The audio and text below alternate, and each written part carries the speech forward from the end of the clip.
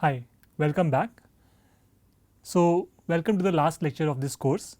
In this course, I just want to summarize what we learnt in this course and what you can do after completing this course successfully. So, let us get started. So, this is the last lecture of this NPTEL course. So far, we have looked at various modules in this course. So, we started with the introduction to understand why we need powerful algorithms to deal with large amount of biological sequencing data. Subsequently, we looked at the exact matching problems, because that is the starting point where we can understand the basic string problems on the exact matching formulations, where we looked at both online problems as well as indexing based approaches.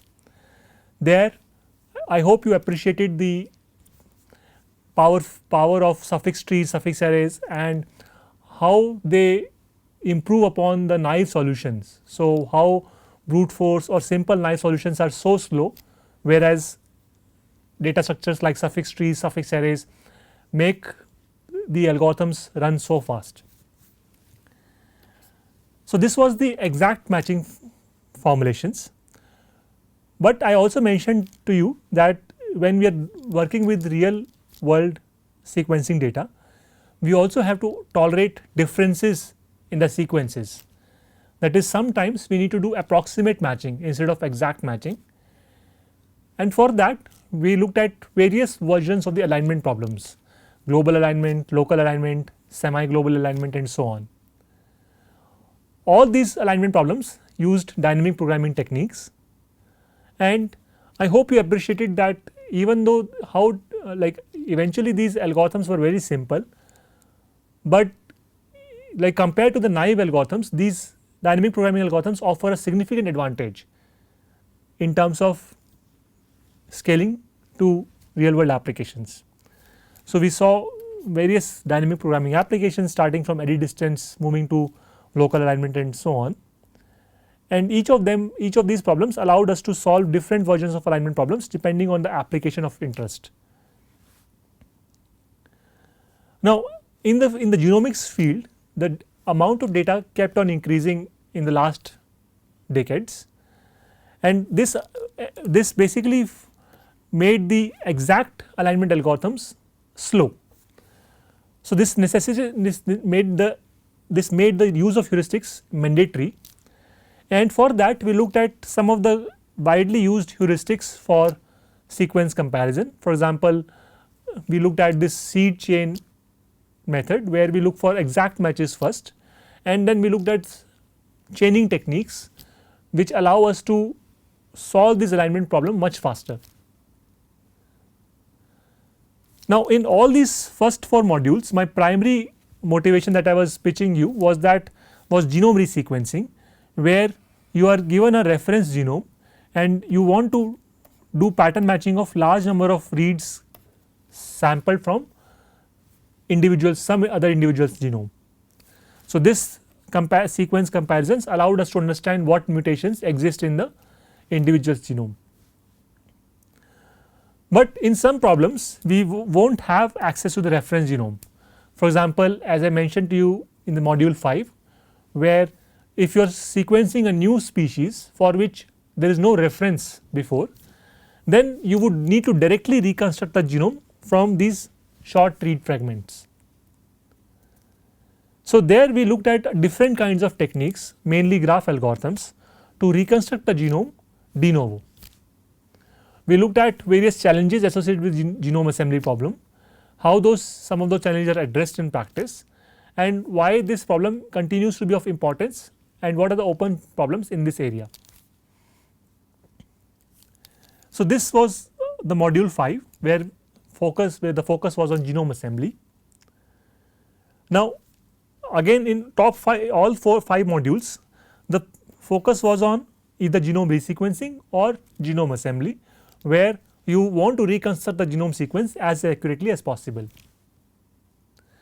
Now, suppose you have genomes of multiple species, a fundamental question in biology is how those species would have evolved, like what is their trajectory, what was their trajectory, and what ancestry relationship these species follow. So, there we looked at some of the elegant tree reconstruction algorithms, right. We started with again understanding why this problem is so challenging, because if you look at even if you are working with small number of species, the total number of trees that are possible is exponentially many.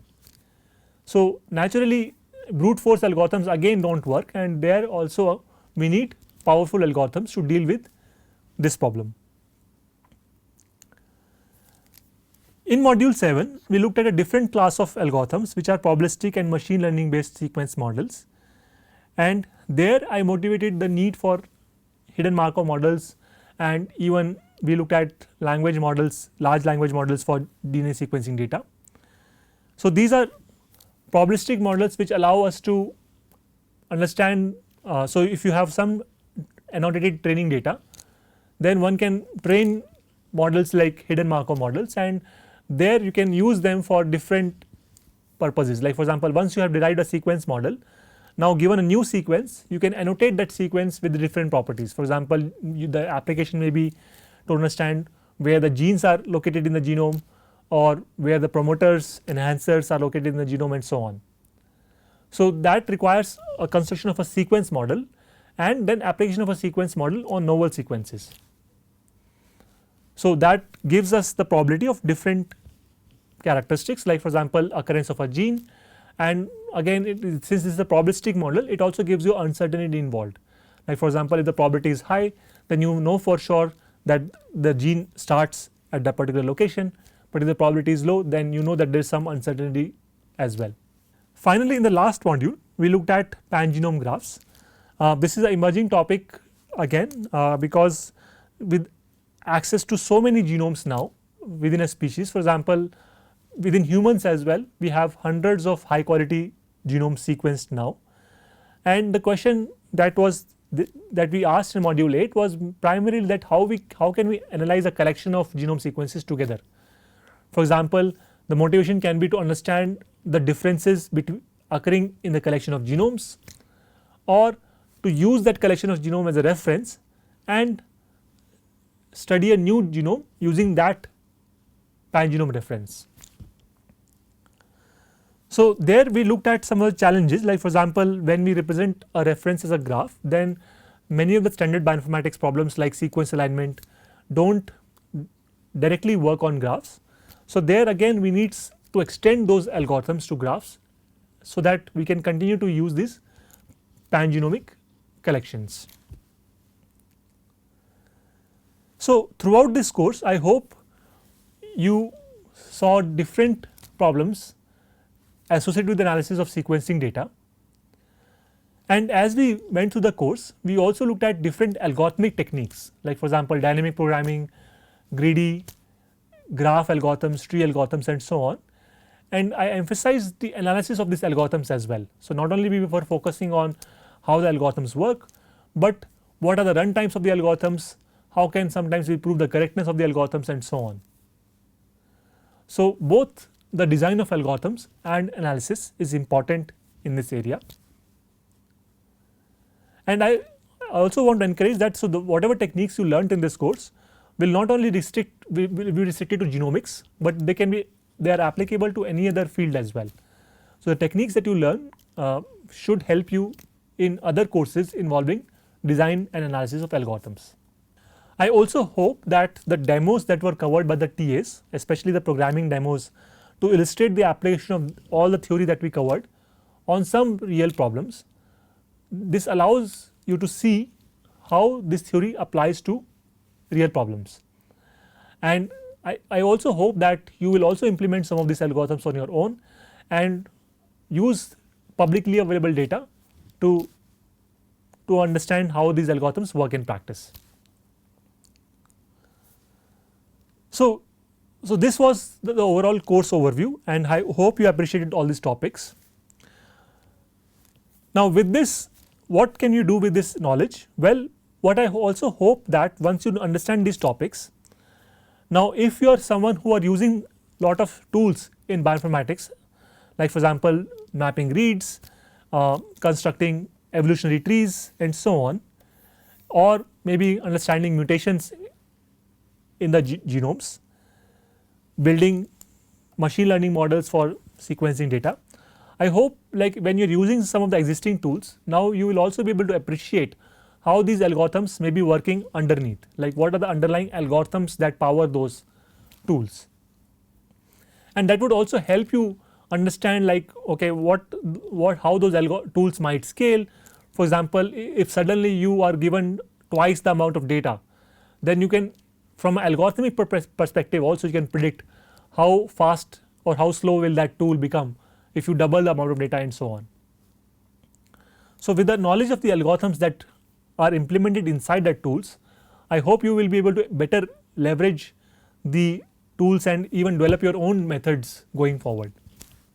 So one question that I want to answer before I close this course is, some of the students have asked me like what can I do next to develop further expertise in the topic of computational biology. So I thought of few points and I would like to share my advice on this question.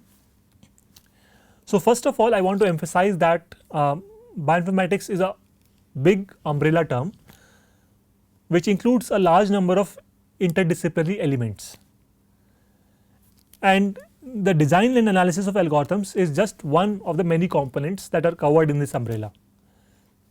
So for example, statistics, programming, maths, biology, computational modeling, machine learning, all these are important components of bioinformatics.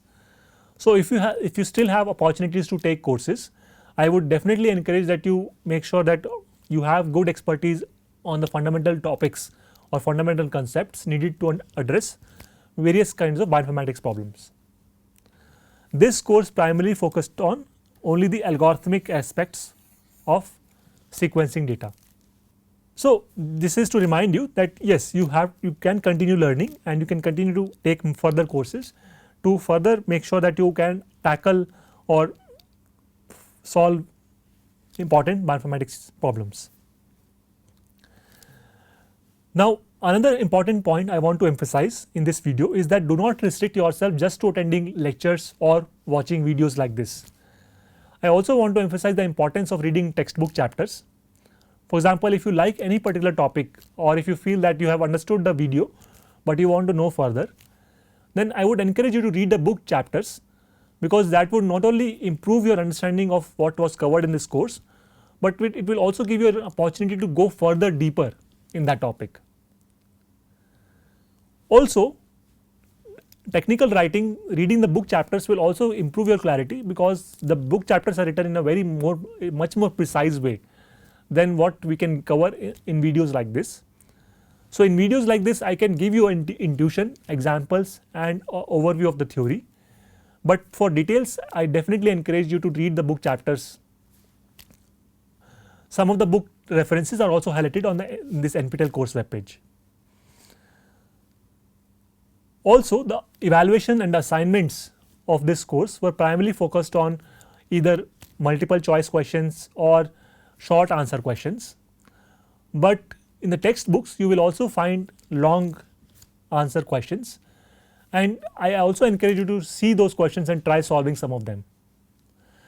This will allow you to learn how to write the algorithms properly, how to analyze their correctness and runtime proofs, and also how to write pseudocodes. So writing algorithms is also a different skill which unfortunately we cannot train you for that in this course, because the evaluation primarily involved short answer questions or MCQs. But if you go to the textbooks and read some of the sample algorithms, you will see how the algorithms are written and how they can be formulated nicely in a very concise language. Finally, like if you are further interested in algorithms and bioinformatics topics, I would encourage you to take basic or advanced algorithms and data structure courses. And even there again, do not restrict yourself to watching videos or attending classes. Make sure that you also look at the textbooks. Like for example, one of the basic or one of the most important textbooks for algorithms is Corman. So definitely check it out and try to solve some of the example problems. Another important component of bioinformatics is programming. So, one other important advice is that make sure that you are proficient in at least one programming language, which could be Python, C++, Java, Rust. And when I mean by proficiency, just make sure that you are not just capable of writing short programs, but you are also capable of writing large software involving multiple files, multiple classes, and so on. Now, there are multiple ways of making sure that you can continue to improve your programming proficiency. Well, one obvious way is to use various online platforms and solve for these competitive programming questions. The other interesting way to improve your data science skills and programming skills is to look at the open challenges related to biology. Like for example, precision, you can look at the precision FDA challenges. So, if you search for this term on Google, you will see that some of the challenges will be active now, and those usually involve cutting edge problems. So, there you will need to do some kind of research as well to understand what kind of techniques are most applicable, and it will allow you to see some of the open problems that are existing in the field as well. Similarly, Kaggle is another popular platform which not only includes bioinformatics problems, but all kinds of problems in general. So, through these components, learn how to write good software in terms of how to structure it properly, how to make sure that it is clear with documentation, with test cases, and on the way you would also learn how to debug large software properly. Also, make sure that you version control your codes on GitHub.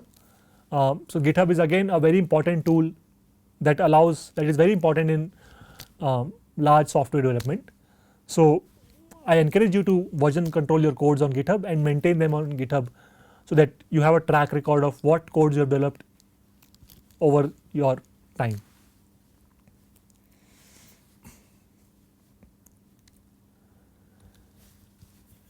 So, specifically in bioinformatics, I want to emphasize that often working with real sequencing data is challenging. Like there are many file formats, the size of these file formats can be very big, and the sequencing data can be sometimes noisy, right. And even if you download an existing software, sometimes there can be dependencies and installation challenges, and sometimes the parameter choices may not be clear, like what parameter choices should I use for a particular data set. So, these are sort of real world challenges that exist when you work on academic or industry problems in bioinformatics, and to address these challenges, I want to give you one idea on how you can master the skills to bypass or address these challenges better. So, a very nice way to work with real biological data and develop some experience is to download a bioinformatics research paper that you find interesting. So, for example, find a paper that you find interesting that was published in last 5 years. As a first step, you should understand the proposed algorithms that are there in the paper. Then I would encourage you to download the code and the data and try to replicate the key results presented in the paper. Now, observe that in this replication process, you are not directly contributing new knowledge, but even this replication process will teach you a lot of things about the research topic as well as how to work with real data and what are the challenges on the way. So, this can really help you in becoming comfortable with working with real biological data, and of course, on the way, if you develop a new idea, that you can pursue and publish your own papers. These days, all good journals will ask authors to give full details about their code, data, and experiments. So, whatever paper you choose in bioinformatics, it is very likely that the code and the data is available for you to use. So, this is a list of bioinformatics journals. Like I just want to show you some examples. You can look at any of these websites. Similarly, this is the list of genomic journals. Again, you are welcome to look at these journals and see which of these papers are interesting to you, and you can just pick one paper and get started. So, whichever topic you find interesting, the only way to get deeper into the details is to go to the paper, understand each and every line, and get the data and the code to reproduce the key results. Also, like this can be a good way, like for example, if you can club this activity with the project opportunities in your course. So, for example, if there are project opportunities in your curriculum, you can identify a mentor in your college, which could be a professor or a senior PhD student in the institute. You can consider doing independent study, you can consider doing team projects, and also I would definitely encourage that if you have done some projects in the past, then consider doing a thesis project, which is a long project of 1 year or more, which will have multiple components of literature survey, identifying an unsolved problem, and contribute, implement and publish novel ideas of your own.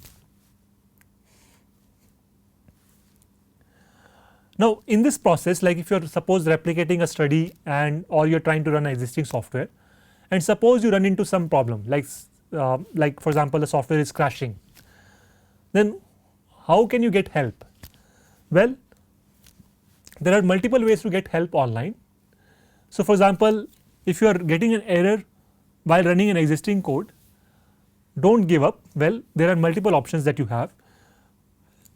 In GitHub, there is a issues tab where people can raise the issue associated with software, and you can see that if similar errors were reported by other users on GitHub, and if not, you can raise your own issue. Also, if you have a general query about bioinformatics or sequencing data analysis, there are online forums where you can post your questions as well, and these are community portals where people who have expertise on those topics will come and answer to your questions as well. So, this is again a very good way of learning new things through these community channels as well as GitHub issues by interacting with the software developers. So, this was just an overview of what you can do after completing this course, right. So, this course gives you a very fundamental view of different topics in computational biology and sequencing data analysis, but if you want to go deeper, understand what are the cutting edge topics, then you would have to move forward and invest time on some of the things that I just talked about. Now, this brings us to the end of this course. I wish you all the best with your future endeavors. I also would like you to give the course feedback. So, NPTEL, I am sure NPTEL must be having a way to give you a course feedback as well. So, I would really appreciate if you could convey what you liked about this course, and also what aspects of this course would you like to see improved. So, this would allow us to consider those feedback in future iterations of this course. Thank you. All the best.